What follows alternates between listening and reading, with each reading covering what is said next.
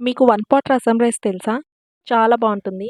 Rice విడిగా, రసం విడిగా చేస్తాం కదా! అలా కాకుండా ఇలా ట్రై చేసి చూడండి. బియ్యం, పెసరపప్పు, కందిపప్పు ఈ మూడిటిని నీట్‌గా 2, 3 టైమ్స్ క్లీన్ చేసుకున్నాక హాఫ్ ఎన్ అవర్ సోక్ చేసుకోవాలి. వన్ పాట్ రైస్ కదా! కుక్కర్‌లో చేసేద్దాం. క్విక్‌గా అయిపోతుంది. మీడియం ఫ్లేమ్‌లో పెట్టుకొని కుక్కర్‌లో 2 స్పూన్స్ వరకు ఆయిల్ వేస్తున్నాను.